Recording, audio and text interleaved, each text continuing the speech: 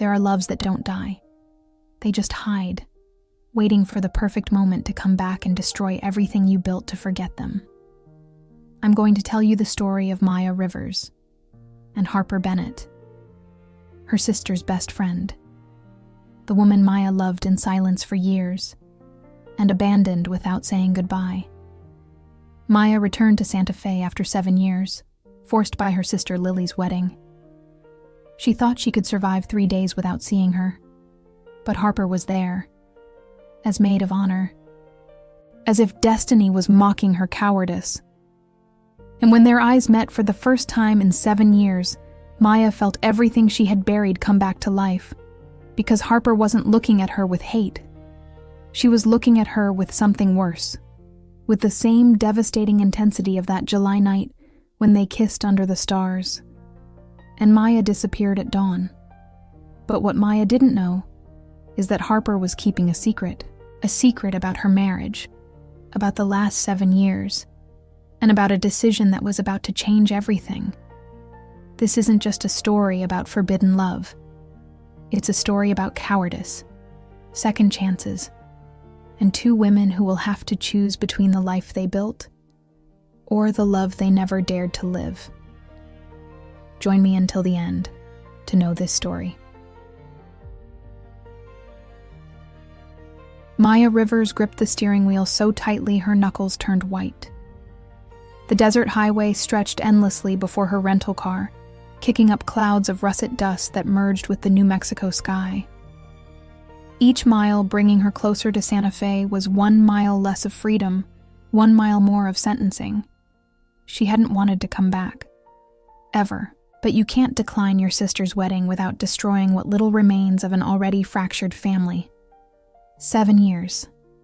7 goddamn years since she'd fled this high desert town with her camera and a hastily packed suitcase, without saying goodbye to anyone, without explanations, without looking back.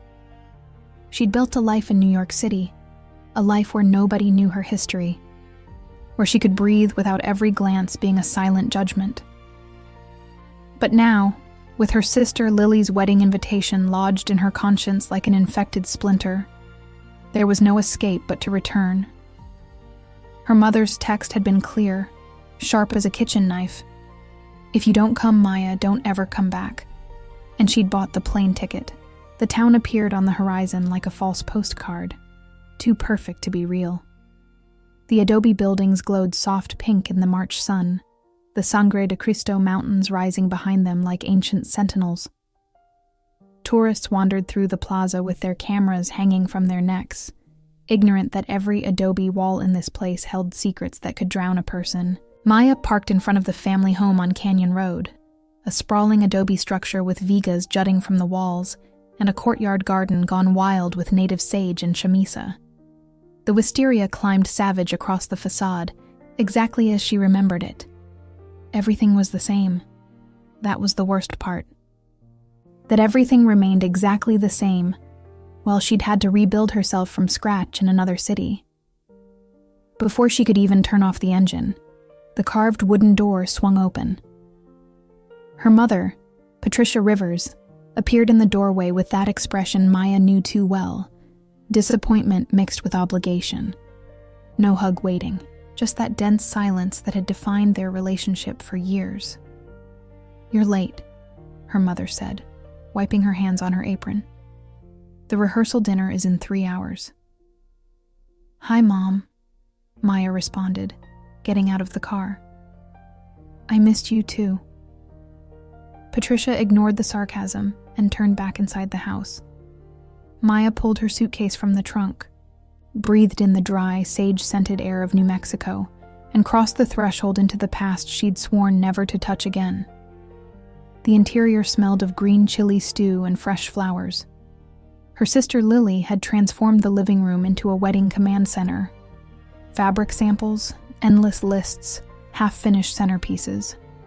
Lily appeared from the kitchen, radiant in a cream dress, her blonde hair swept up in an artfully messy bun that probably took an hour to perfect.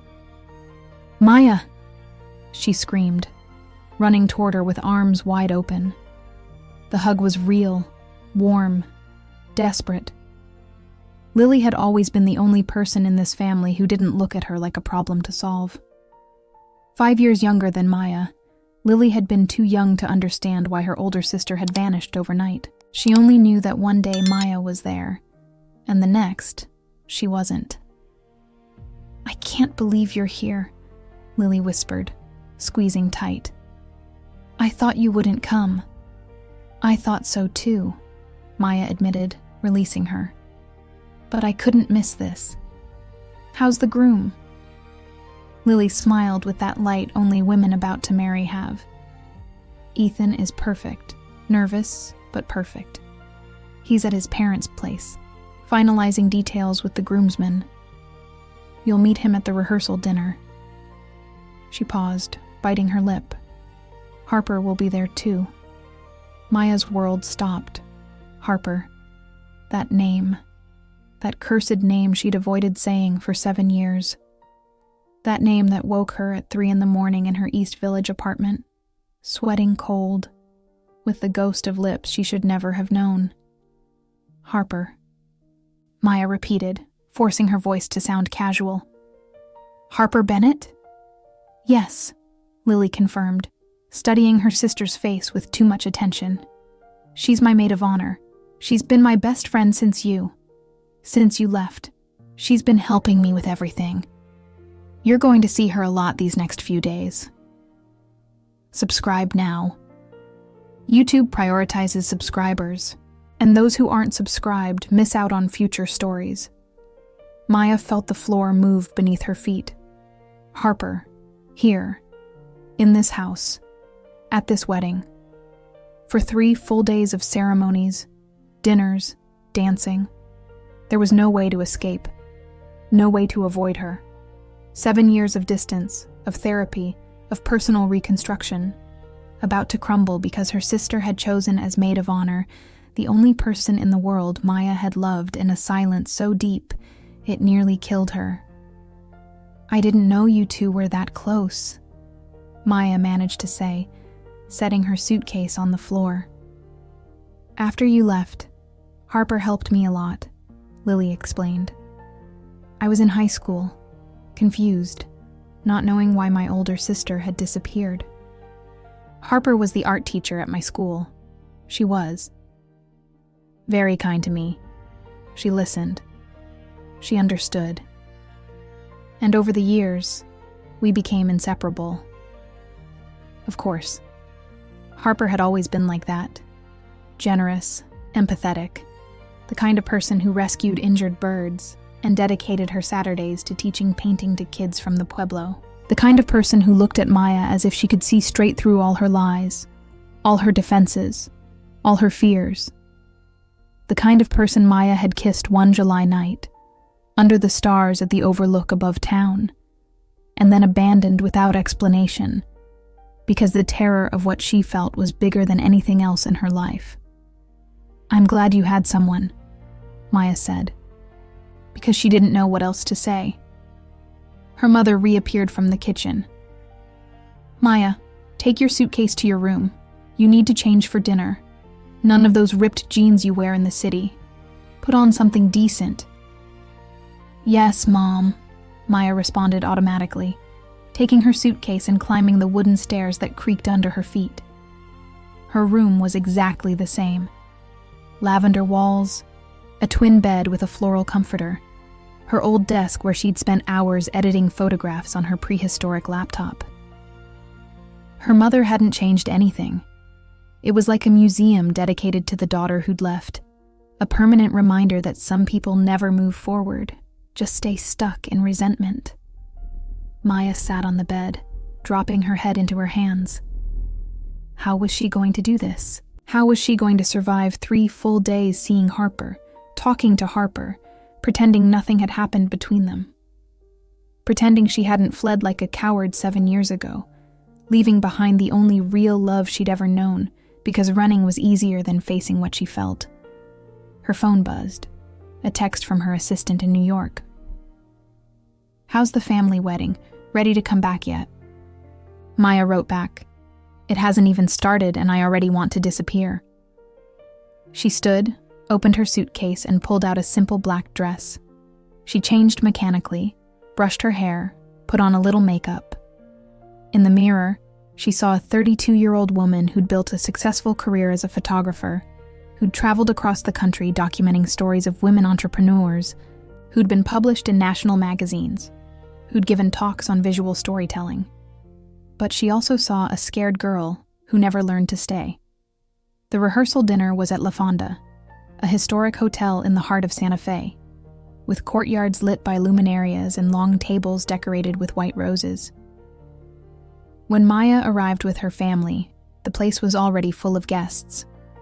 Cousins she hadn't seen in years, aunts and uncles who looked at her with barely disguised curiosity, Lily's friends examining her, trying to figure out who this mysterious sister was, who'd returned from self-imposed exile. And then she saw her. Harper Bennett stood by the main table talking to Ethan, the groom. She wore a wine-colored dress that hugged her body in a way that made Maya forget how to breathe. Her dark hair fell in soft waves over her shoulders, and when she laughed at something Ethan said, the entire courtyard seemed to light up. 7 years hadn't changed anything. She was still the most beautiful woman Maya had ever seen in her life. And then Harper looked up. Their eyes met across the courtyard, and the entire world stopped. There was no smile, no gesture of recognition. Just that long look, loaded with everything they hadn't said 7 years ago. With everything Maya destroyed when she got on that plane to New York, without saying goodbye. Harper looked away first. Maya felt like something had been ripped from her chest. "Maya, come on. I want you to meet Ethan," Lily said, grabbing her arm and dragging her toward the main table. Ethan Cole was exactly the kind of man a family like Maya's would approve of. Handsome in a conventional way, civil engineer, well-established family, owner of a construction company specializing in historic preservation. He shook Maya's hand firmly, smiling with that easy confidence of someone who's never had to question their place in the world. Finally meeting the legendary sister, Ethan said, "Lily talks about you all the time. She says you're an incredible photographer." "Lily exaggerates," Maya responded, smiling politely. "I don't exaggerate," Lily interjected. "And speaking of which, I want Maya to be our official wedding photographer. I hired a professional, but I want you to capture the real moments, Maya. The moments only you know how to see." "Lily, please." Her sister's eyes filled with pleading. It would mean so much to me. There was no way to refuse. Not without ruining everything, without confirming the narrative that Maya was selfish, distant, incapable of making sacrifices for her family. "Okay," Maya agreed. "I'll be your photographer." "Perfect," Lily clapped. "And I want you and Harper to work together. She's coordinating all the decorations and ceremony flow. You need to sync up so everything's perfect." Before Maya could protest, Lily was already calling Harper over. "Harper, come here. I want you to coordinate with Maya. She'll be our photographer." Harper approached slowly, with that natural grace she'd always had, like every movement was choreographed but never forced. When she stood before Maya, she extended her hand formally. "Maya," she said, and her voice was exactly as Maya remembered. Soft, deep, with that hint of warmth that made anyone feel seen. "It's been a long time." "Harper," Maya responded, shaking her hand. The contact was electric. Harper's skin against hers, after 7 years, after everything. Maya pulled her hand back too quickly, as if it had burned her. "You two have a lot to talk about," Lily said, oblivious to the tension you could cut with a knife. "Why don't you sit together at dinner? That way you can start planning."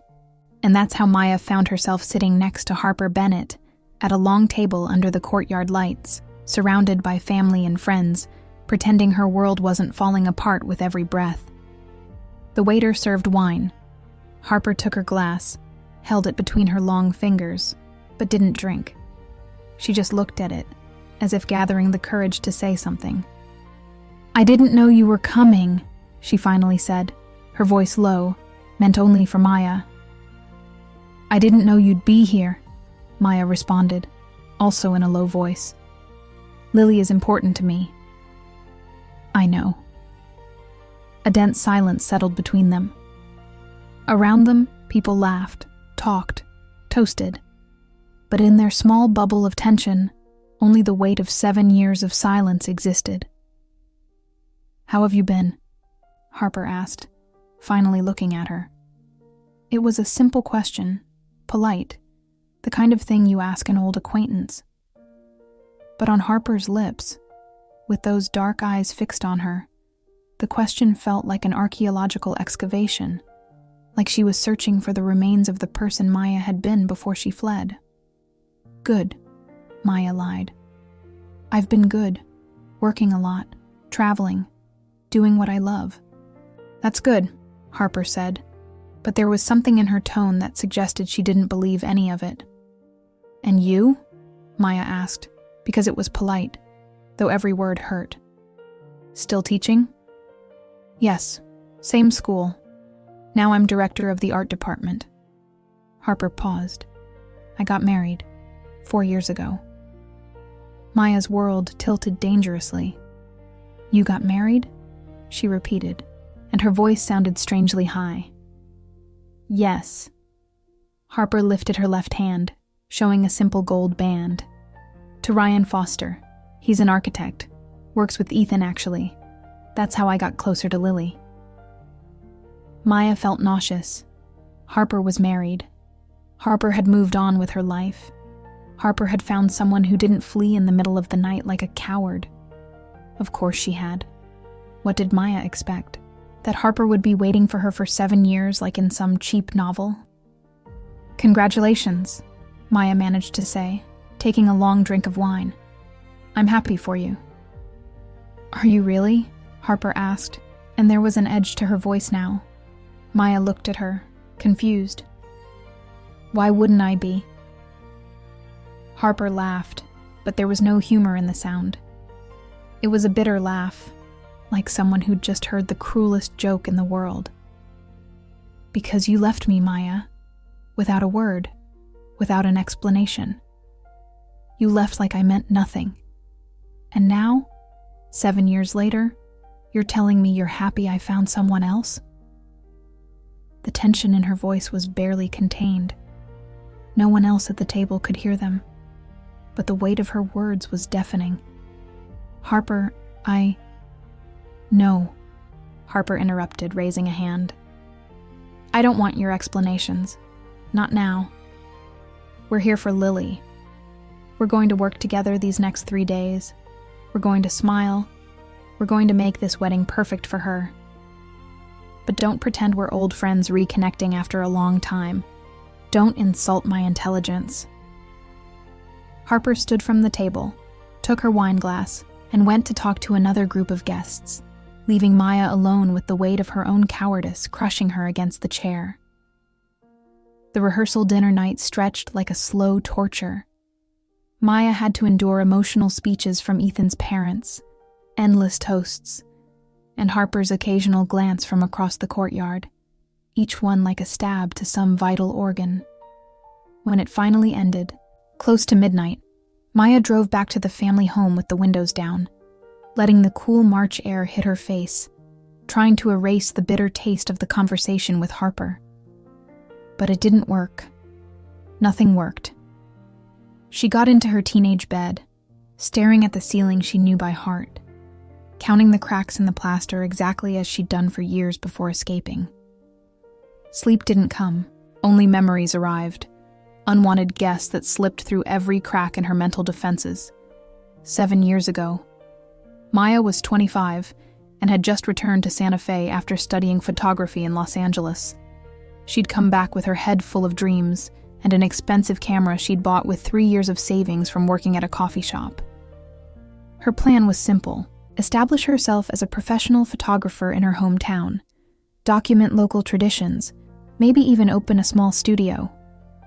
What wasn't in the plan was Harper Bennett. They met at an opening at the Site Santa Fe Contemporary Art Space. Maya was there to photograph the event, Harper to present a small exhibition of her high school students' work. Harper was 27, had a smile that lit up rooms, and a way of talking about art that made even the most complex things sound simple and beautiful. They connected immediately. Not in that obvious romantic way you see in movies. It was more subtle, more dangerous. It was in the way Harper listened when Maya spoke, as if every word mattered. It was in how Harper saw her photographs and understood exactly what Maya was trying to say without her having to explain. They became friends. That's what they told everyone. Friends who had coffee together 3 times a week. Friends who sent each other texts at 2 a.m. Friends who stayed up until dawn talking about art, about life, about dreams nobody else seemed to understand. And then, one July night, after a local festival where they'd had some mezcal, after walking through the adobe-lined streets under a sky full of stars, Harper took Maya to the overlook above town, that place where all of Santa Fe's lovers went to declare themselves. "Why did you bring me here?" Maya had asked, though she knew the answer deep in her soul. "Because I can't pretend we're just friends anymore," Harper answered, with an honesty that was both terrifying and beautiful. "And I don't think you can either." And then Harper had kissed her. It wasn't a timid or exploratory kiss. It was a kiss that said, "I've been waiting for you my whole life." It was a kiss that broke something in Maya, something that never quite fit back together right. They kissed under the stars, with Santa Fe glowing below them like a million promises that would never be kept. And when they pulled apart, gasping, with hands intertwined and the world spinning around them, Harper had whispered, "Tell me I'm not the only one who feels this." And Maya, terrified and euphoric at the same time, had answered, "You're not the only one." It was the biggest truth she'd ever told. And it was also the beginning of the end. Present. Maya woke at 5 a.m, unable to keep pretending she'd sleep. She put on her running clothes and went out into the empty Santa Fe streets, while the sky turned from black to gray to that particular rose gold that only exists in New Mexico. She ran without direction, her feet hitting the pavement, passing by the cathedral, by the plaza, through the adobe streets she knew so well she could navigate them with her eyes closed. She ended up, without planning it, in front of the school where Harper taught. It was Saturday. The building was closed. But Maya stood there like an idiot, looking at the doors, imagining Harper inside, teaching teenagers to see the world differently, exactly as she'd tried to teach her. "Maya?" She spun around abruptly.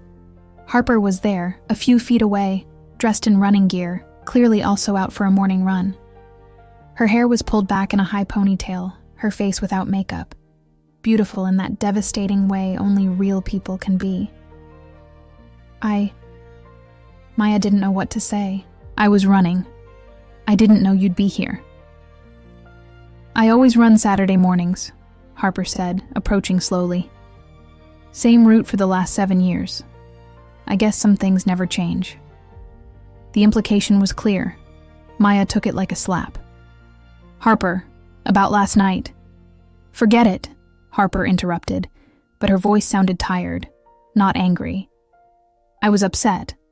I said things that I probably needed to say, but not that way." "No, you were right," Maya admitted. "About everything."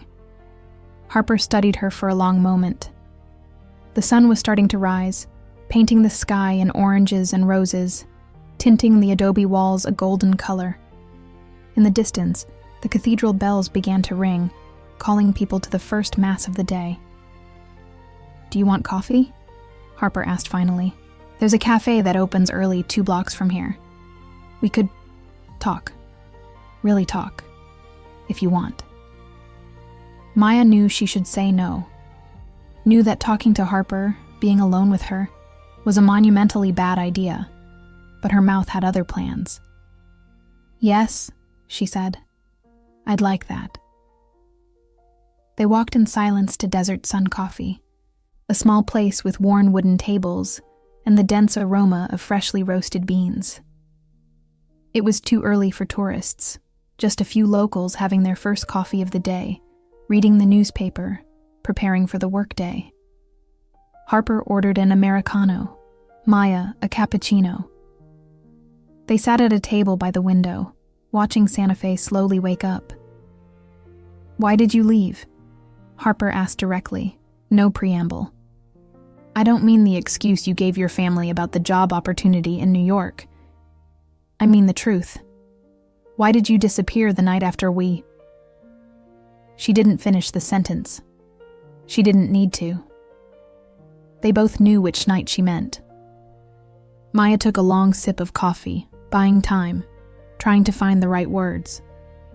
But there were no right words for what she'd done. "I was scared," she finally said, with an honesty that hurt. "I woke up that morning, in my bed, and everything that had happened between us felt too real, too big. And I realized that if I stayed, if I moved forward with whatever we were starting, my life would never be the same again." "And that was bad?" Harper asked, her voice breaking. "That your life would change?" "In that moment, yes," Maya admitted. "My family." "You know my family, Harper. You know how they are. Conservative, Catholic, everything very traditional. And I was their oldest daughter. I was supposed to be the example. How was I supposed to tell them that? That you were gay?"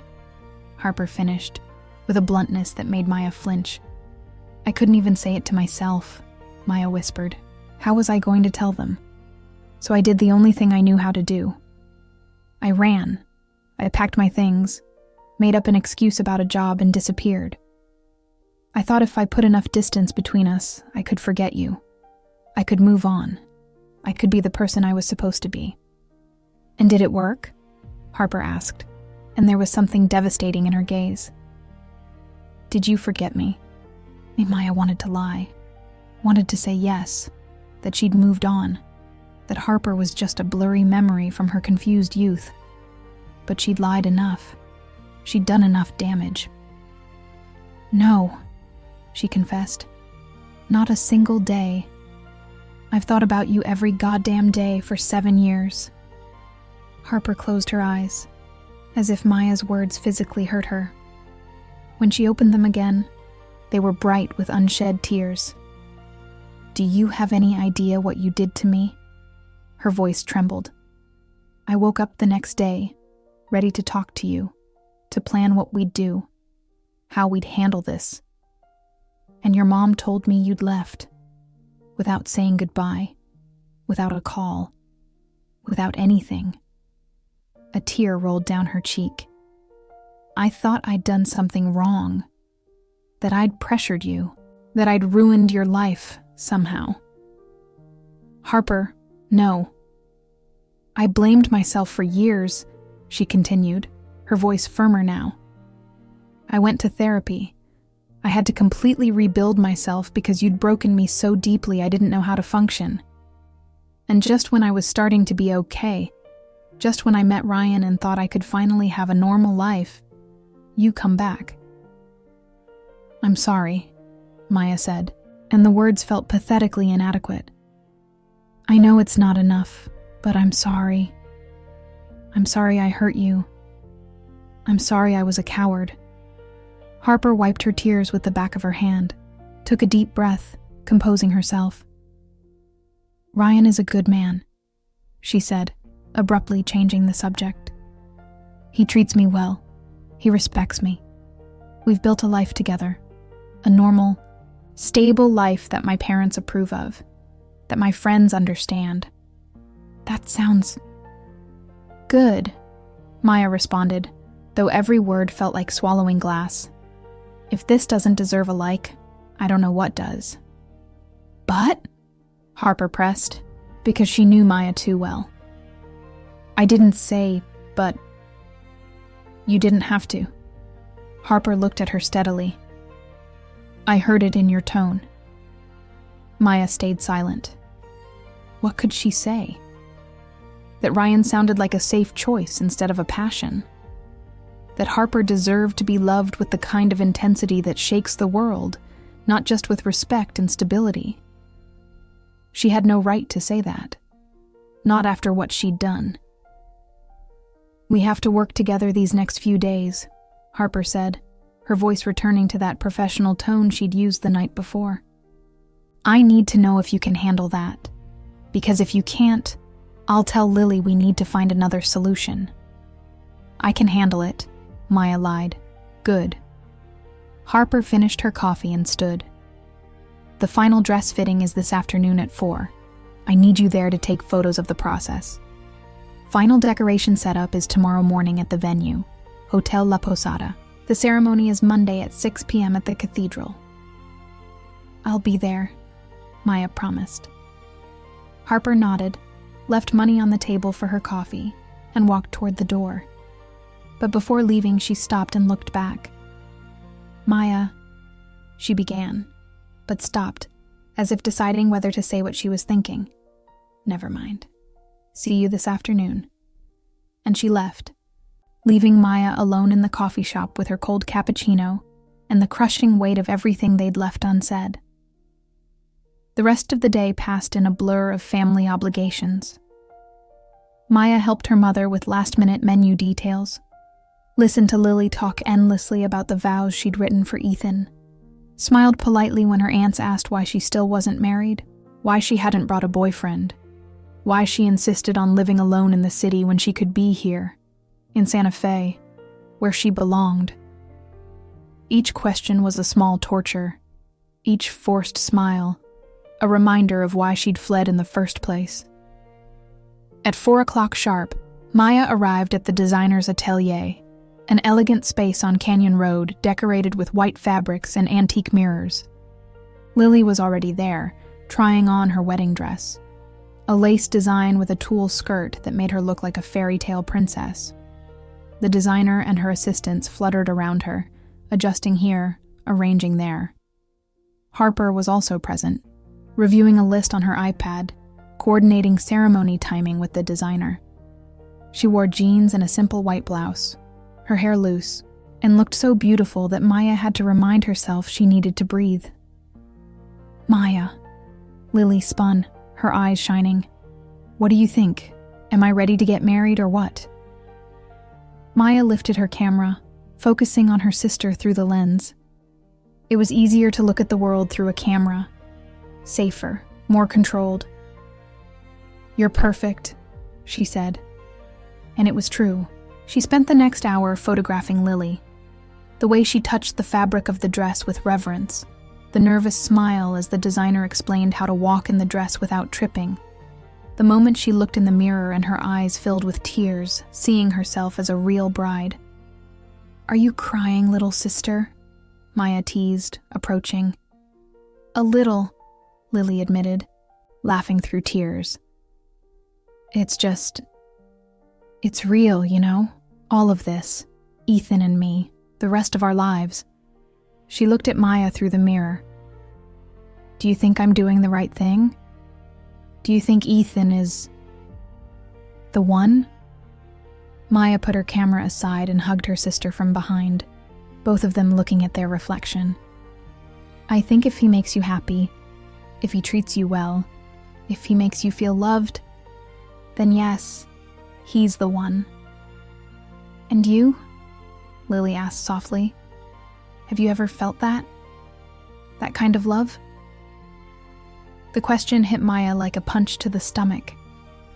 She looked over Lily's shoulder and saw Harper on the other side of the room, pretending to be focused on her iPad, but clearly listening to their conversation. Once, Maya admitted, her voice barely a whisper. And what happened? I was an idiot and lost it. Lily turned in her arms, looking at her with that intensity only younger sisters can have. Is there any way to get it back? Maya shook her head. Some things can't be recovered, Lily. They can only be regretted. The dress fitting ended, and Maya packed up her camera while the designer and Lily discussed final adjustments. Harper approached, putting her iPad in her bag. "Tomorrow is the full decoration setup," she reminded. "See you at 8 a.m. at Hotel La Posada. Don't be late. I'm going to need photos of the whole process." "I'll be there," Maya assured. Harper nodded and started to leave, but then stopped. "Maya, what you said about losing something, do you really believe it can't be recovered?" Their eyes met, and in that moment, in that small private space between words, Maya saw something in Harper's eyes that made her heart stop. It wasn't anger. It wasn't resentment. It was hope. Dangerous, fragile, terrifying hope. "Honestly," Maya said, "I don't know." And that was the most terrifying truth of all. Sunday dawned with a cloudless sky that promised a perfect day for weddings.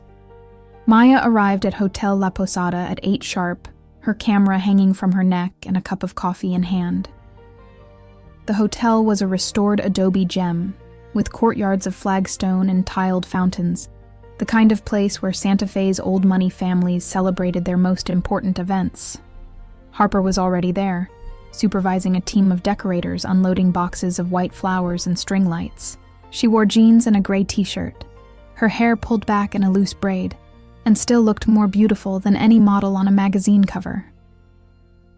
"Good morning," Maya greeted, approaching cautiously. Harper turned, and for a moment, her expression was completely open, vulnerable. But she quickly composed herself, returning to that mask of distant professionalism she'd adopted. "Good morning." She pointed toward the main courtyard. "We're starting there. I need you to document the whole process. Lily wants a complete album of the preparations."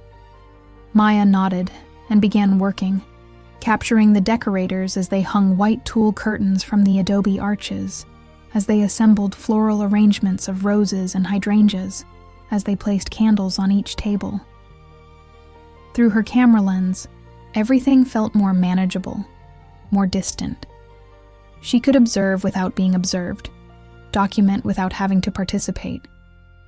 But every time she focused on Harper, her heart skipped a beat.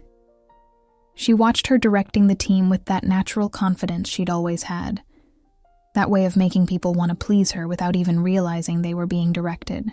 She watched her adjust a floral arrangement with precise fingers, tilt her head to evaluate if the height was right, smile satisfied when everything was perfect. "How does it look from there?" Harper asked suddenly, looking directly at the camera, directly at Maya.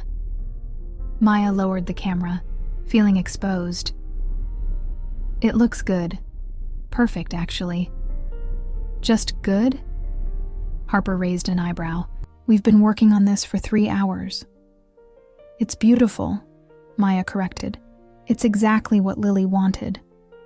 Harper nodded and returned to her work, but Maya noticed something in her body language, a tension in her shoulders that hadn't been there before.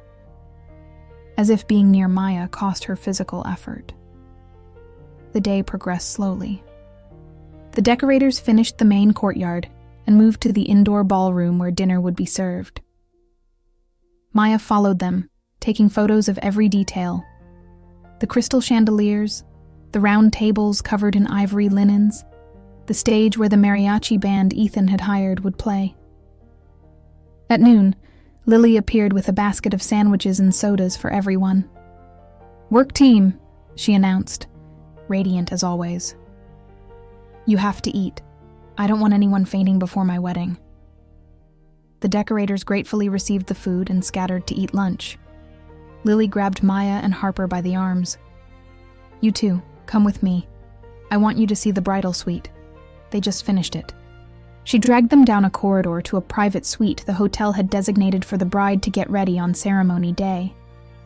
It was a spacious room with a huge full-length mirror, velvet sofas, and perfect natural light coming through French windows overlooking the garden. "What do you think?" Lily asked, spinning with arms wide. Is it magical enough? It's perfect, Lily, Maya responded honestly. You're going to have incredible photos here, Harper added. The light is ideal. Lily looked at both of them with a strange expression, as if calculating something. Sit down for a moment, she ordered. I want to talk to you. Maya and Harper exchanged a brief glance before sitting on the sofas with Lily between them. An uncomfortable silence settled in the room. I know this is weird, Lily began. You two together after so long, and I know there's history between you. Maya felt her blood freeze. Lily, I don't know what you're... Don't treat me like I'm stupid, Maya, Lily interrupted, but her voice wasn't angry, just tired. I was 17 when you left, not 10. I saw how you looked at each other. I saw how you disappear for hours to be with her. And I saw how you destroyed yourself when you decided to run. Maya couldn't breathe. For 7 years, she'd assumed no one had noticed anything, that her secret had remained buried in the high desert hills.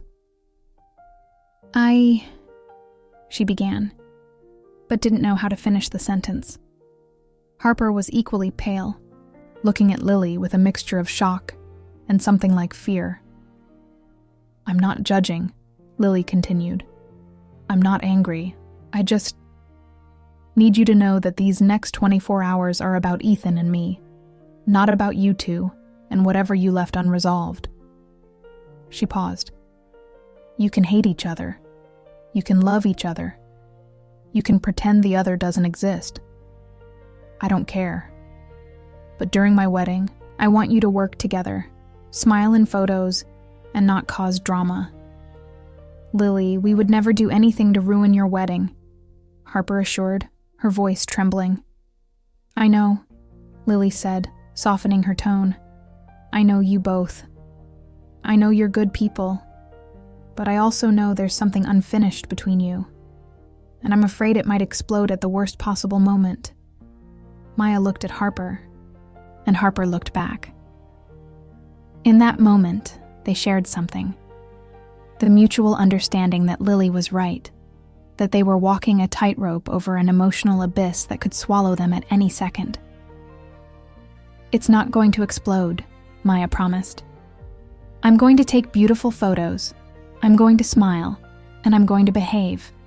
And after the wedding, I'm going back to New York and everything will return to normal.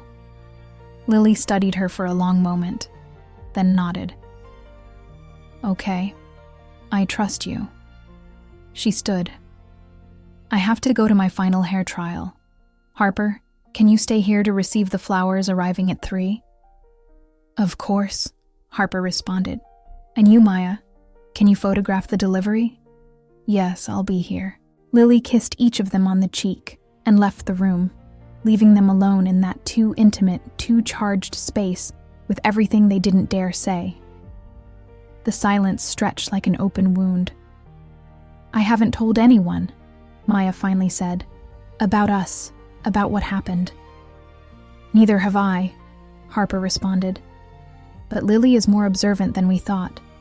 She always was. Harper stood and walked to the window, looking at the garden where tomorrow Lily would walk toward her future. Is it true? She asked without looking at Maya. That you're going back to New York after the wedding? Yes. I have a new project. A photo series about women entrepreneurs in New Mexico. I leave Tuesday. Of course, Harper said, and there was something bitter in her tone. Always so good at leaving. Maya stood too, feeling the need to defend herself. That's not fair. We already talked about this. You know why I left. I know, Harper admitted, turning to look at her. But knowing doesn't make it hurt less. They looked at each other across the room bathed in golden light, and Maya felt something break inside her.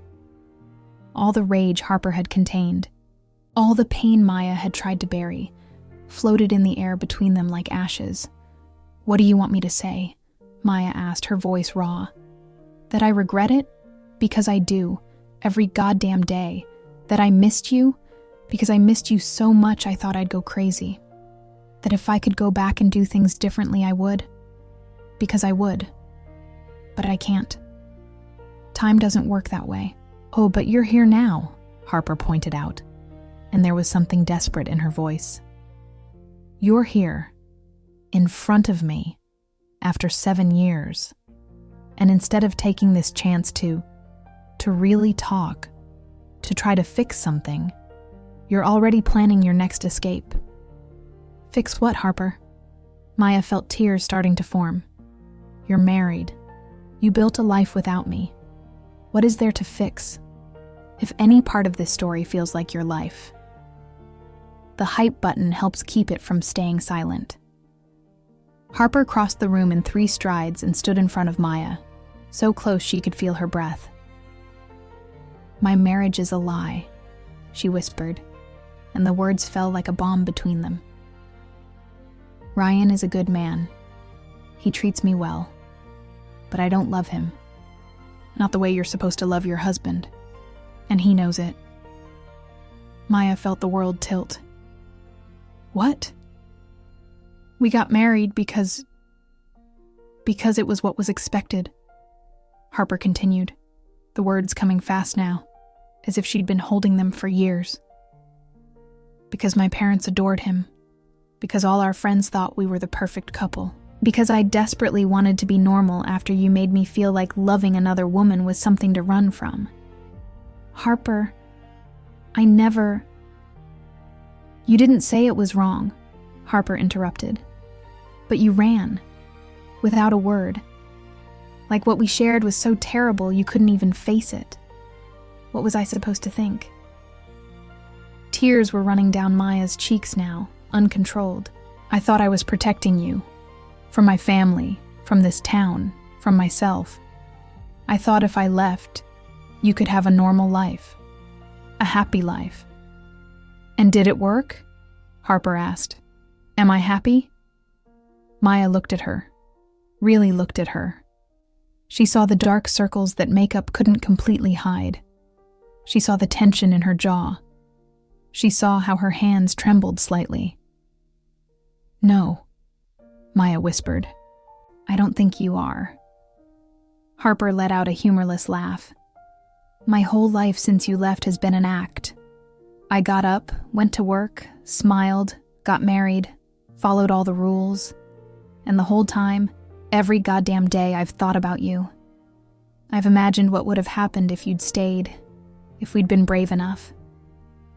Harper, do you know how many times I've lain awake at night, next to Ryan, wishing it was you?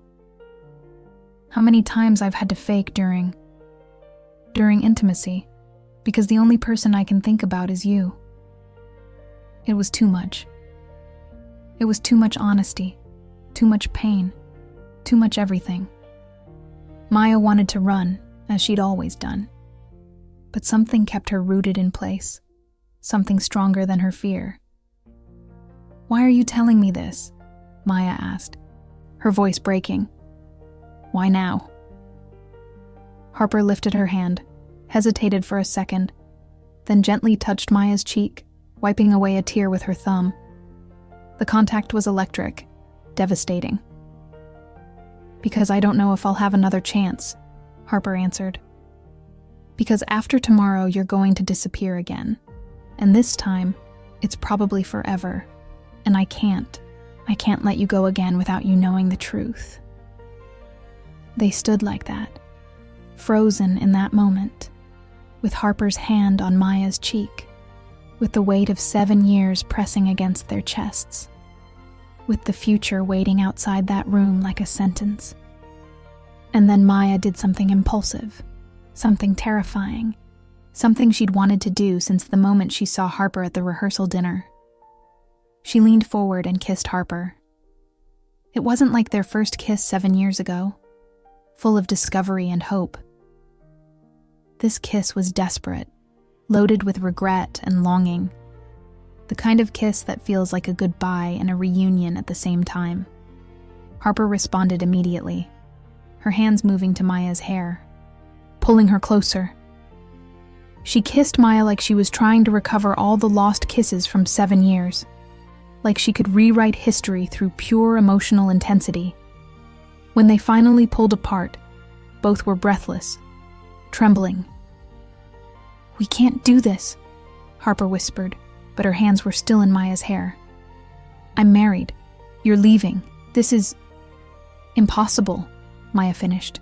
"Yes," but neither of them moved. They stayed there, foreheads pressed together, breathing the same air, existing in that stolen moment where nothing else mattered. "What are we going to do?" Maya asked. "I don't know," Harper admitted. "Honestly, I have no idea." Harper's phone rang, breaking the spell. It was a text from the flower coordinator. Harper pulled away, wiping her tears, composing herself. "The flowers are about to arrive," she said, her voice professional again, as if the last few minutes hadn't happened. "We have to go downstairs." "Harper, wait." "No, Maya." Harper looked at her with eyes full of pain. "We can't talk about this now. We have a job to do. And after we'll see." And with that, she left the room, leaving Maya alone with the echo of a kiss that should never have happened. Maya spent the rest of the afternoon on autopilot, photographing the flower delivery, documenting the decorators putting final touches, smiling when necessary, and pretending her world hadn't just exploded into 1,000 pieces. Harper did the same, coordinating, directing, being the perfect professional everyone expected her to be. They didn't look at each other. They didn't speak beyond what was strictly necessary. But Maya could feel Harper's presence in every room, in every space, like an electric current that never turned off. When the sun began to set, painting the sky in oranges and roses, the work finally ended. Hotel La Posada was transformed into a wedding paradise, ready for tomorrow's ceremony. The decorators left, exhausted but satisfied. Lily appeared briefly to approve everything, squealed with happiness, hugged Harper and Maya, then left for her bachelorette dinner with her college friends. Maya packed her camera slowly, postponing the inevitable moment of having to leave, of having to be alone with her thoughts. Harper was on the other side of the courtyard, talking on the phone with someone, probably Ryan. The thought made Maya's stomach turn. Finally, she couldn't avoid it anymore. She slung her camera over her shoulder and started walking toward the exit. But as she passed Harper, she ended her call and stopped her. "Maya, wait." Maya stopped without turning. Can you give me a ride home?" Harper asked. "Ryan had to work late on a project, and I came with one of the decorators this morning." It was a bad idea. It was probably the worst idea possible. But Maya found herself nodding anyway. "Sure." They walked in silence to Maya's rental car. The evening air was cool, scented with piñon smoke from nearby chimneys. Santa Fe looked as it always did at dusk. Magical, deceptively peaceful, a place where secrets hid behind perfectly maintained adobe facades. Maya started the engine and drove through the narrow streets, following Harper's quiet directions. She lived in a newer residential area on the outskirts of town, where the houses were more modern, more spacious, designed for young families with established careers. "It's here," Harper said, when they arrived in front of a 2-story house with a well-maintained yard and a black pickup truck parked in the driveway. "Ryan's already home." Maya nodded, not knowing what to say. How do you say goodbye? How do you process that in less than 24 hours? All of this would end, and she'd return to her life in New York as if nothing had happened? "Maya," Harper began, but stopped, biting her lip. "Yes?" "What happened this afternoon?" Harper exhaled. "It wasn't a mistake. I don't regret it. But I also know it can't happen again." "I know," Maya responded, though every word hurt. "I have to go inside," Harper said, but didn't move. "Ryan's going to ask where I've been." "Are you going to tell him the truth?" Harper let out a bitter laugh. What part of the truth? That I kissed my past love in my best friend's bridal suite? That my marriage is a farce? That I've been living a lie for years? Harper. Go, Maya, Harper said, opening the car door. Please. This is already hard enough. And before Maya could respond, Harper got out of the car and walked toward her house.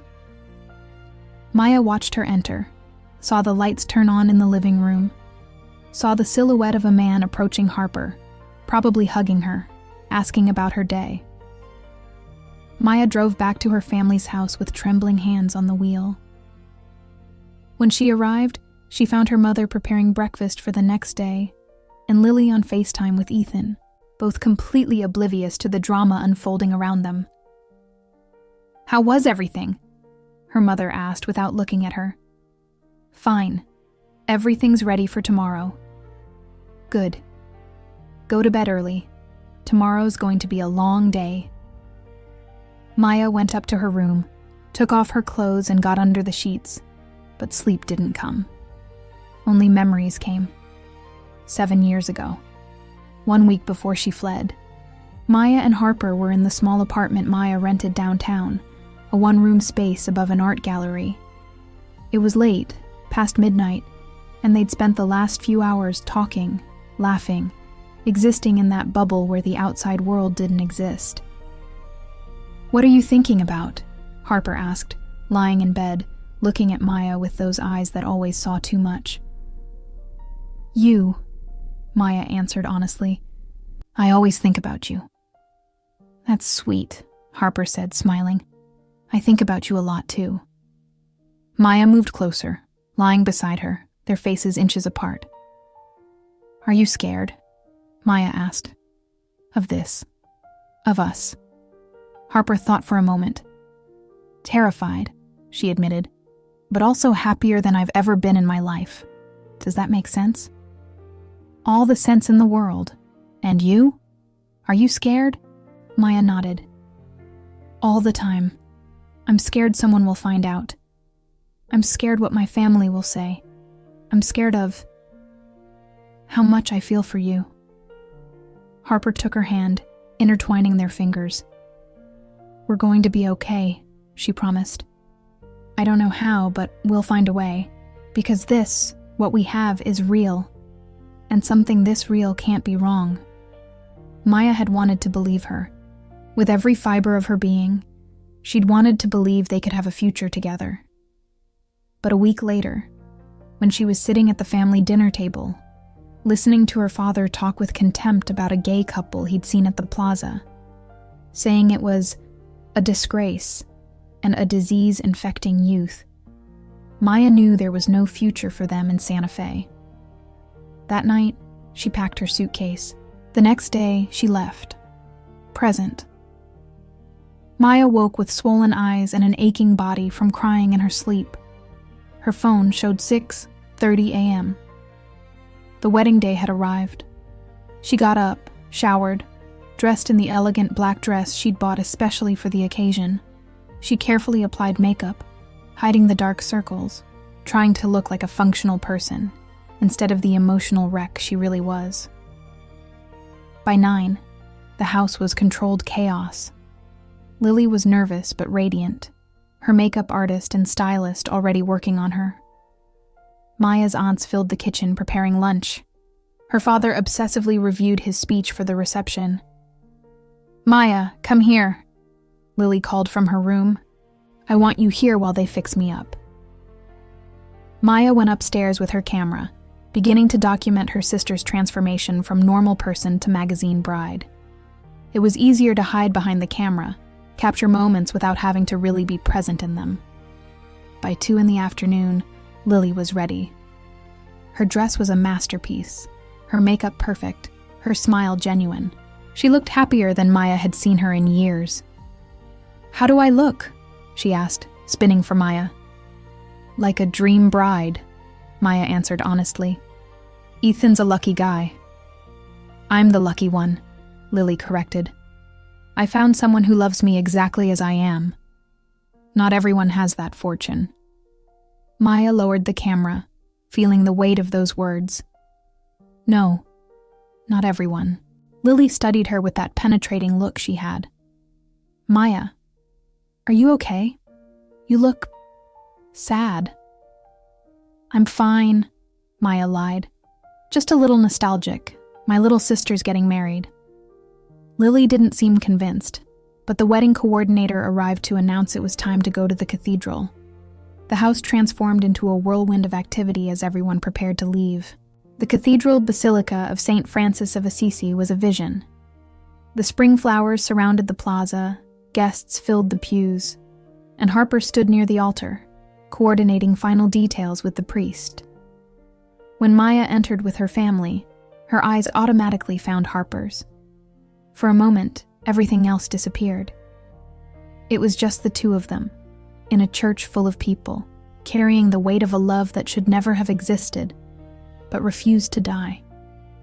Harper looked away first, returning to her work. Maya took her position near the altar, ready to capture every moment of the ceremony. The music began. The guests stood, and Lily appeared in the cathedral doors, radiant in her white dress, on her father's arm. As she walked down the aisle, Maya captured every step, every smile, every tear from the guests. But when she looked up from her camera, she saw Harper wasn't watching the bride. She was watching her. And in that look, Maya saw everything they'd left unsaid, everything they could never be, all the love that existed in a space where love wasn't allowed. The ceremony began, and Maya returned to her work, documenting the moment her sister married the love of her life, and trying not to think about the fact that she'd let hers go 7 years ago, and that possibly, she'd just let it go again. The ceremony ended with applause and tears of joy. Lily and Ethan kissed as newlyweds while the cathedral bells rang out, announcing to the town that a new couple had joined their lives. Guests threw rose petals as the newlyweds walked down the aisle, radiant, completely oblivious to the silent drama unfolding around them. Maya captured everything with her camera, hiding behind the lens as she'd always done. But every time she lowered the camera to change angles, her eyes sought Harper automatically. And every time, Harper was looking back. It was exquisite torture. The guests moved to Hotel La Posada for the reception. The main courtyard had been transformed into an open-air ballroom, with string lights creating a ceiling of artificial stars over the elegantly decorated tables. The mariachi band played traditional music while waiters served tequila and craft mezcal. Maya moved between tables, photographing guests, capturing spontaneous moments. Lily's grandmother dancing with one of the cousins, Ethan's college friends toasting loudly, parents from both families conversing with that formal courtesy that characterized American weddings. And always, in every frame, she could see Harper somewhere in the shot, coordinating with waiters, making sure everything flowed perfectly, being the impeccable professional everyone expected. But Maya had learned to read Harper during the years she'd known her, and she could see the tension in her jaw, the forced nature of her smile, the way her hands trembled slightly when she adjusted a floral arrangement. Harper was breaking too.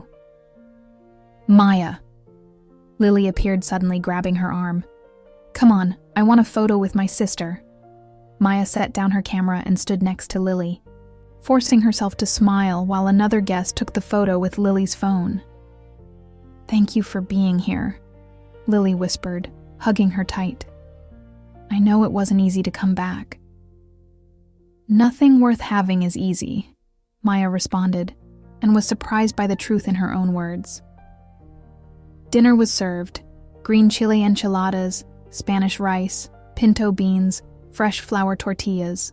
Maya sat at the family table, enduring questions from her aunts and uncles about her life in New York, about why she was still single, about when she was going to settle down and find a good man. Each question was a small knife. Her father gave an emotional speech about his youngest daughter, about how fast she'd grown up, about his pride seeing her marry a good man. Maya noticed he didn't mention anything about her, about his oldest daughter who'd fled 7 years ago. It was like she was a ghost in her own family. After dinner, dancing began. Ethan and Lily opened the floor with a traditional waltz, moving with a grace only truly in love people have. Guests surrounded them, applauding, taking photos with their phones. Maya raised her professional camera, capturing the moment. Through the lens, she saw Harper standing at the edge of the dance floor, watching the newlyweds with an expression Maya couldn't decipher. Was it longing? Sadness? Envy for something she'd never have? Then Harper turned her head and looked directly at the camera, directly at Maya. And in that look was a silent question. What are we going to do? Maya lowered the camera, her heart beating so hard she was sure everyone in the courtyard could hear it. She needed to get out. She needed air. She needed a moment to not feel like she was drowning. She put her camera in her bag and walked toward the edge of the garden, away from the music and laughter, toward a dark corner where the juniper trees created a natural curtain of privacy. She leaned against the adobe wall, breathing deeply the evening air scented with piñon smoke. Running away again! Maya spun abruptly. Harper was there, emerging from the shadows, her wine-colored dress shimmering under the faint moonlight. Just needed a minute, Maya responded. Me too. Harper approached, maintaining a safe distance. It's exhausting pretending everything's fine. They stood in silence for a moment, the sound of music and the party coming muffled from the main courtyard. Ryan's inside, Harper said suddenly. He just arrived. Had to finish a project before coming. Okay, Maya responded, though it wasn't okay at all. No, it's not okay. Harper laughed without humor. Nothing about this is okay. I'm standing at my best friend's wedding next to the woman I love, and my husband is 50 feet away with no idea that my heart belongs to someone else. Maya felt the air leave her lungs. Harper. I'm going to leave him, Harper interrupted, and the words fell like bombs. Not today, not tomorrow, but soon. I'm going to tell him the truth. I'm going to ask for a divorce. What? Maya couldn't believe what she was hearing. Harper, you can't do that because of me. You can't destroy your life for... It's not because of you, Harper corrected, moving closer. Well, not only because of you. It's for me. Because I've realized that living a lie is worse than facing the truth, no matter how terrifying it is. Because I deserve to be happy. And Ryan deserves to be with someone who truly loves him. Maya felt tears forming in her eyes. And what happens after? She asked. After the divorce, what are you going to do? Harper took Maya's hands in hers. I don't know. Honestly, I don't have a plan. But I know I can't keep living like this, and I know that. She paused, gathering courage. I know I love you. I've always loved you. Since that first night at the Overlook 7 years ago. And I know you love me too. Maya tried to find the right words, but Harper hadn't finished. You don't need to say it now, Harper continued. I know you're leaving tomorrow. I know you have your life in New York. I'm not asking you to give up everything for me. I'm just telling you that when I'm ready, when I've fixed my life, I'm going to find you. And when that happens, I'm going to ask you for a real chance. Harper, this town, your family. Maya shook her head. They're not going to accept it. They're going to judge you.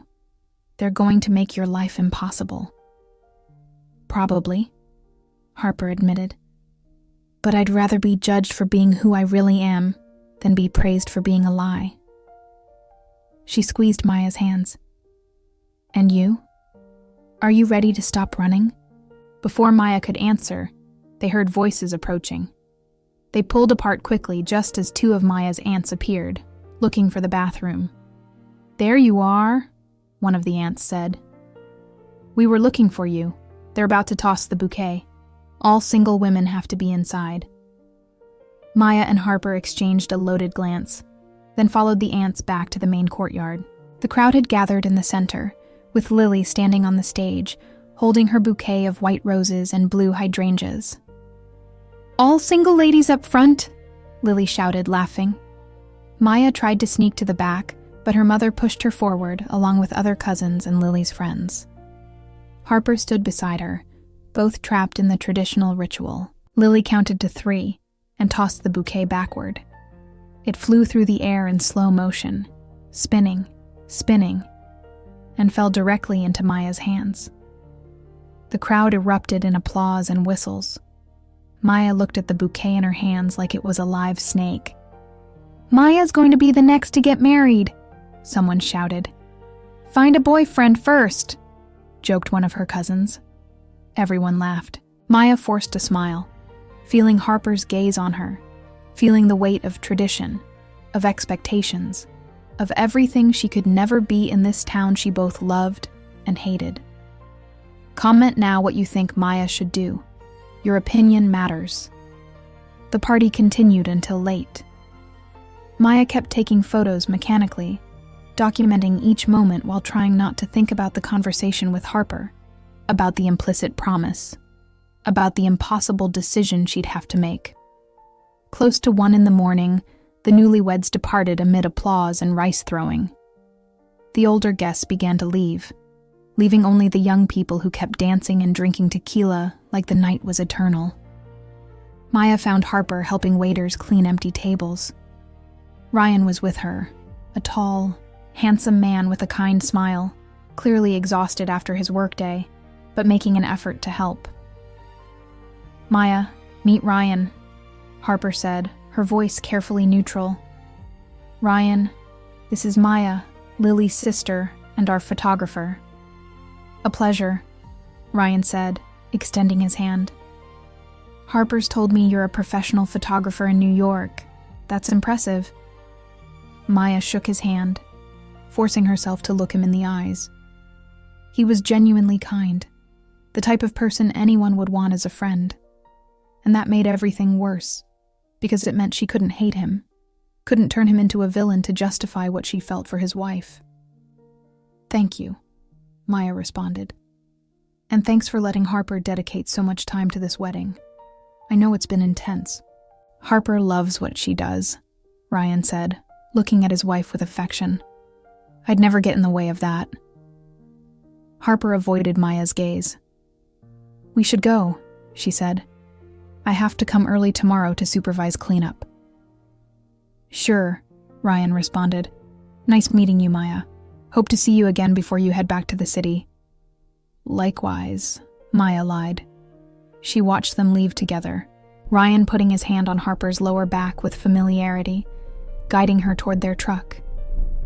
And Maya felt something break inside her, something that had been holding together with tape and willpower for 7 years. Maya woke Monday with the worst emotional hangover of her life. Her flight back to New York left at 5 in the afternoon. She had 12 hours to pack, say goodbye to her family, and disappear from Santa Fe again. But this time felt different.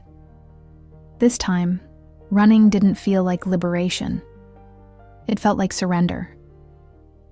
She went downstairs for breakfast and found her mother making huevos rancheros, the house quiet after the chaos of recent days. Lily and Ethan had left for their honeymoon in Hawaii early that morning. Her father was at work. It was just the two of them. "Coffee," her mother said, pointing to the pot. "Thanks, Mom." They sat at the kitchen table, eating in silence for several minutes. The only sound was the clinking of forks against plates. "What time are you leaving?" her mother finally asked. 3. My flight's at 5. Her mother nodded, slowly drinking her coffee. "Are you coming back?" she asked without looking at her. "Or do we have to wait for another wedding to see you?" Maya was surprised by the vulnerability in her mother's voice. She wasn't used to her mother showing emotions beyond disappointment. I don't know, Mom. Why did you leave, Maya? Her mother finally looked at her. Really, not the excuse about the job, the truth. Maya felt her throat close. For 7 years she'd kept this secret, built walls around it, pretended it didn't exist. But looking at her mother across the kitchen table where she'd eaten throughout her childhood, she knew she couldn't lie anymore. Because I'm gay, Mom, she said quietly, and the finally released words sounded like both a confession and a liberation. In this town, this family. There was no space for someone like me. Her mother went completely still. She said nothing for what seemed like an eternity. Maya prepared herself for rejection, for the sermon about sin and shame, for confirmation that she'd never be accepted here. But then her mother did something completely unexpected. She started to cry. I know, she whispered. I've known since you were 16. Maya felt the world tilt. What? A mother always knows, her mother continued, wiping tears with a napkin. The way you never had interest in boys. The way you looked at... She stopped, swallowing. The way you looked at Harper. Like she was the sun and you were freezing to death. Maya couldn't speak, couldn't process what she was hearing. Then why? She began, but her mother interrupted. Why didn't I say anything? Why did I let you leave? Her mother let out a bitter laugh. Because I'm a coward. Because I was afraid of what people would say, what your father would think, how they'd treat you in this town. I thought if I ignored it, if I pretended it didn't exist, somehow it would disappear. More tears. But you disappeared. And I lost 7 years with my daughter because I was afraid. Maya felt her own tears running down her cheeks. Mom. I'm not asking you to forgive me, her mother said quickly. I don't deserve your forgiveness. I just need you to know I'm sorry. I'm sorry I wasn't braver. I'm sorry I didn't protect you. I'm sorry you felt you had to run from your own home. They stood at the same time and hugged across the table, awkwardly, with years of pain and distance between them. It wasn't a happy movie ending. It didn't erase all the suffering. But it was a beginning. It was something. Does Dad know? Maya asked when they finally separated. I'm not sure, her mother admitted, but if he doesn't, he suspects. Your father is many things, but he's not stupid. She paused. Are you going to tell him? I don't know, Maya answered honestly. How badly would he react? Badly, her mother said without hesitation. Your father is old school. He has his ideas about how things should be. But, she sighed. He also loves his daughters, and maybe with time he could come to understand. I'm not promising he'll applaud or march in a pride parade, but maybe he can reach a point where his love for you is bigger than his fear of change. It was more than Maya had hoped for. It was, frankly, more than she thought her mother was capable of saying. And you? Maya asked. Can you accept it? Her mother took Maya's hands in hers. I'm going to try, she promised. It's not going to be perfect. I'm probably going to screw up, say the wrong things, need time to adjust. But I want to try, because you're my daughter, and I love you. And I've already lost enough time pretending I don't. Maya cried in her mother's arms like she hadn't since she was a child. And though she knew the road to reconciliation would be long and complicated, she also knew she'd finally taken the first real step toward healing. After breakfast, Maya went upstairs to pack her suitcase. But when she grabbed her phone, she saw 3 missed texts from Harper. I need to see you before you leave. Please, just one more time. I'll be at the Overlook at 2. If you want to say goodbye, I'll be there. Maya looked at the time. It was 1:30. She had 30 minutes to decide if she wanted that goodbye, if she could handle it without completely breaking. Her suitcase was half packed. Her flight left in 3.5 hours. She should finish getting ready, call a taxi, go to the airport with plenty of time. Instead, she grabbed her rental car keys and drove toward the overlook. The overlook was empty at that time of day, with just a few tourists taking photos of the view. Harper stood in the same spot where they'd kissed 7 years ago, looking out at Santa Fe sprawling below like a living postcard. She turned when she heard Maya's footsteps. "You came," she said, and sounded surprised. "I came," Maya confirmed. "I thought you wouldn't. I thought you'd run without saying goodbye, like last time." "I thought about it too," Maya admitted, "but I'm tired of running." Harper smiled, but it was a sad smile. "Your flight leaves in a few hours, right?" "Yes." "And then what? You go back to your life? We pretend these last few days didn't happen?" Maya approached until they were inches apart. "This morning I talked to my mom," she said. "I told her the truth, about me, about everything." Harper's eyes widened. "And?" She cried. She apologized. She said she'd known since I was 16. Maya let out a humorless laugh. "All this time I thought I was so good at keeping the secret, but my mother knew the whole time." "What are you going to do now?" Harper asked softly. "I don't know," Maya answered. "For the first time in 7 years, I honestly don't know." She took Harper's hands. "But I do know one thing. I know I don't want to run from you again. I know these last few days, despite all the pain and confusion, have made me feel more alive than the last 7 years combined. And I know I love you. I never stopped loving you." Harper closed her eyes, tears running down her cheeks. "Then stay," she whispered. "Don't get on that plane.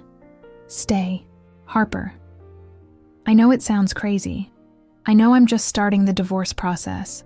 I know your life is in New York. But..."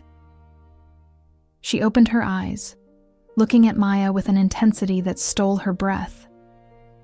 "Life is too short to waste living halfway. And that's what I've been doing. What we've both been doing." Maya felt her resolve wavering. "And what happens after?" she asked. "We live together in Santa Fe? Face judgment from everyone we know? Endure the stares, the comments, the rejection?" "Yes," Harper answered simply. "All of that. Because at the end of the day, I'd rather face all of that with you than keep living this lie without you." Maya looked at her, really looked at her. She saw the determination in her eyes, the way her hands trembled but didn't let go. The vulnerability and strength existing at the same time in this woman she'd loved for so long. And she made a decision. "Okay," she said. "I'm staying." "What?"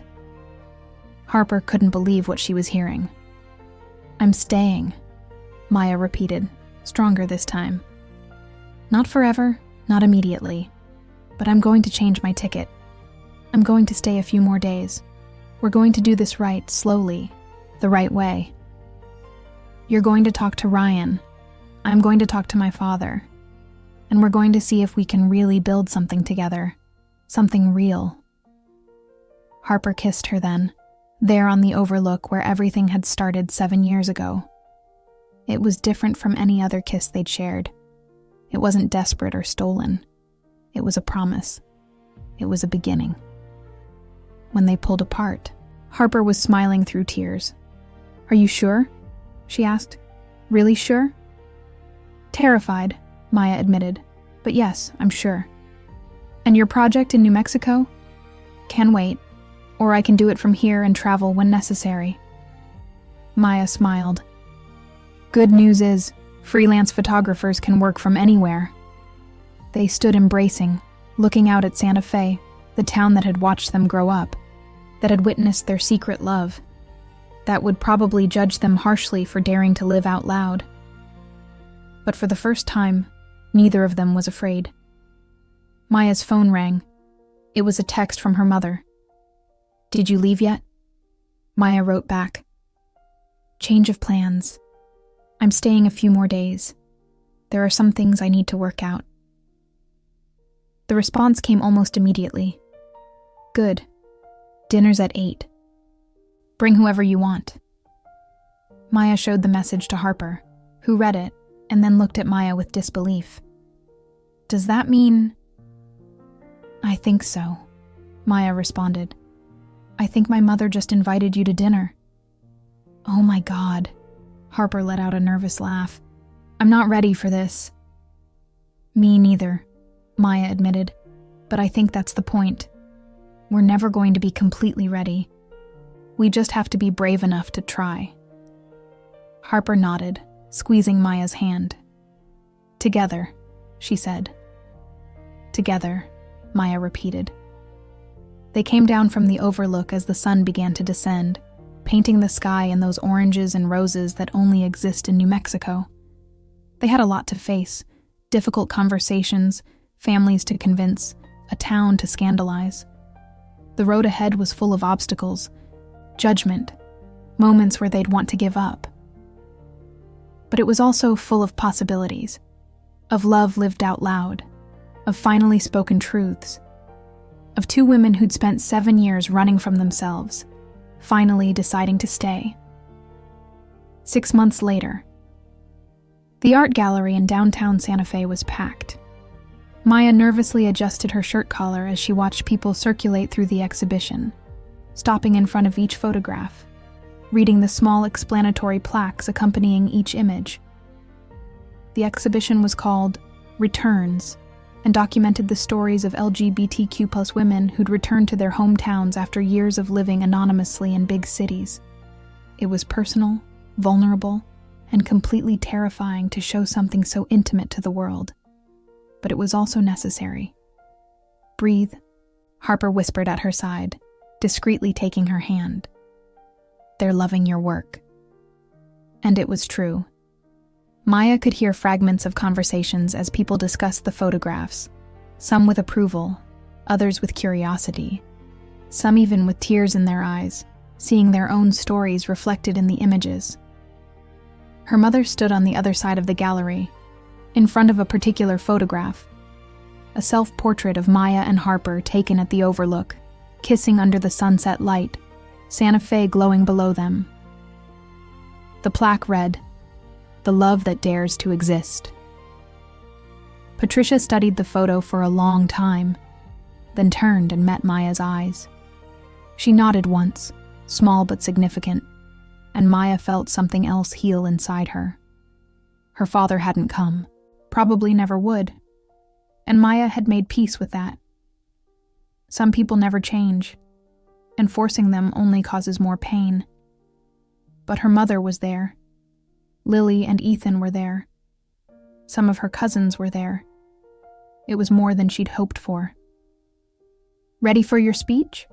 The gallery curator asked, approaching. Maya looked at Harper, who gave her an encouraging squeeze of the hand. Ready, she answered. She went up to the small platform they'd prepared, took the microphone, and looked at the crowd that had gathered. She recognized faces. Some childhood friends, former teachers, people from town who'd watched her grow up. Some looked at her with approval, others with curiosity, and yes, some with barely disguised disapproval. But she also saw love, in Harper's eyes, in her mother's smile, in Lily's thumbs up. Good evening, she began, her voice surprisingly firm. Thank you for coming. This exhibition is about coming home. Not to a place, but to yourself. It's about the courage it takes to live authentically, especially in places where our authenticity isn't always welcome. She paused, gathering courage for the next words. I fled Santa Fe 7 years ago because I was afraid of who I was. I was afraid that if people knew my truth, they'd stop loving me, and maybe some did. She looked directly at a group of aunts whispering among themselves. But I also discovered that the people who really matter, who really love me, are still here, and that's enough. She finished her speech to mixed applause, came down from the platform, and was immediately wrapped in a hug by Harper. "I'm so proud of you," Harper whispered. "Couldn't have done it without you," Maya responded. And it was true. The last 6 months had been the hardest and most rewarding of her life. Harper had initiated divorce proceedings, which was painful but necessary. Ryan, to his credit, had been understanding, admitting he'd also felt something was missing in their marriage. They remained friends, which was more than many divorced couples could say. Maya had moved her base of operations to Santa Fe, renting a small studio where she worked on her photography projects. She traveled when necessary, but always came back. For the first time in her life, home didn't feel like a prison. She and Harper weren't living together yet. That would have been too much, too fast. But they spent most nights together, alternating between Maya's studio and the apartment Harper had rented after leaving the house she'd shared with Ryan. It was complicated. It was public. Some people pointed at them on the street. Some merchants were less friendly than they'd been before, but they'd also found a community. Other LGBTQ+ people in Santa Fe, both locals and expats, who gave them support and friendship. And most importantly, they had each other. "Hey," Harper said later that night when they were alone in Maya's studio, lying in bed looking at the ceiling. "Do you regret it? Staying?" Maya turned to look at her. "Not a single day," she answered honestly. "And you, do you regret leaving Ryan?" "Not a single second," Harper responded, kissing her softly. "This, us, is the most real thing I've felt in my life." They fell asleep, intertwined, knowing tomorrow would bring new challenges, new judgmental looks, new obstacles to overcome, but also knowing they'd face them together, because in the end, the truest love isn't the one that hides in shadows. It's the one that dares to exist under the sun. Subscribe for more stories that speak what no one says out loud. Your subscription helps me keep creating content that matters.